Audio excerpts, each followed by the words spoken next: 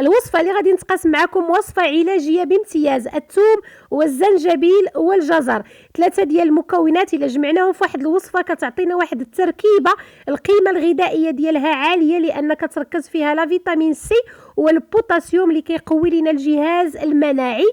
جهاز المناعه البنات فاش كيقوى كنتغلبوا على الفيروسات. علاج الكحه، علاج السعال، علاج الم الحلق، الم الصدر، نزلات البرد.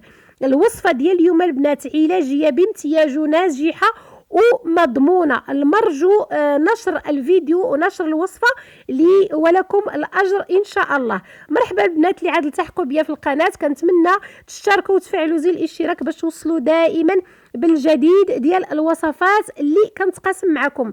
الوصفه ديال اليوم البنات وصفه ناجحه في علاج الفيروسات والتغلب على الفيروسات وعلاج نزلات البرد والم الحلق والكحه والسعال الموسمي والتحسسي. البنات كنتمنى تبارطاجيو الوصفه لانها وصفه علاجيه ومجربه وناجحه.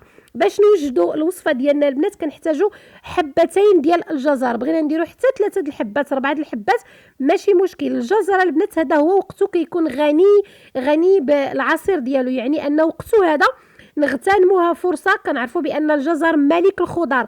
الجزر ما كيعطيناش غير قوه النظر، ما كيحمي ليناش غير النظر ديالنا، بالعكس كيدعم لينا الجهاز المناعي لانه فيه لا بيتا كاروتين هي اللي كتغذي لينا ما شاء الله الشعيرات الدمويه وكتدعم لينا المناعه ديال الجسم ديالنا.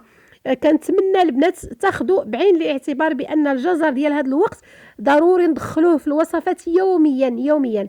خديت انا 2 ديال الحبات البنات، نقيتهم وقطعتهم لانني غادي نحاول نضرب كلشي في الخلاط الكهربائي. خديت مع طرف ديال سكينجبير خضر اولا الزنجبيل طري. كيدخل هذا المكون كيدخل في الوصفات العلاجيه ديال الانفلونزا اولا ديال التغلب على الفيروسات اولا علاج. المهم كل واحد والطريقه باش كيخدموا. ضروري البنات ما ندخلوه في هذه الوصفه لانه كيتفاعل مع المكونات ديال الجزر ومع المكونات ديال الثوم وكيعطيونا واحد الوصفه اللي هي علاجيه بامتياز من اليوم الاول. ما شاء الله العصير فاش كنشربوها البنات كنحسوا بالصدر ديالنا تفتح وكنحسوا بالدم رجع لينا في الوجه ديالنا. كناخذ البنات 3 الحبات اولا 4 الحبات ديال الثوم كنقيهم وكنزيدهم المكونات ديالي. الثوم مضاد حيوي طبيعي، انتيبيوتيك البنات طبيعي. الثوم كتخلينا كنتغلبوا على الفيروسات. فاش كناكلوا حبه ديال الثوم يوميا مع كاس ديال الماء كتخلينا كنتغلبوا على الفيروسات، ما كتقوى الجهاز المناعي ديالنا. ما شاء الله نتمكنوا باننا ما كتديش منا نزلات البرد، ما كيتكونوش لنا تعفنات على الجهاز ديال الحلق اولا القصبه الهوائيه. ضروري ندخلوا 3 الحبات 4 الحبات في العصير ديالنا. وباش غادي نخلطوهم غادي نديروا كاس ديال عصير ليمون اولا عصير البرتقال. كنضربهم في الخلاط ديالي وكنصفيهم باش نحصل على واحد العصير اللي هو سلس ما فيه الشوائب. هاد العصير البنات ما شاء الله معجزه.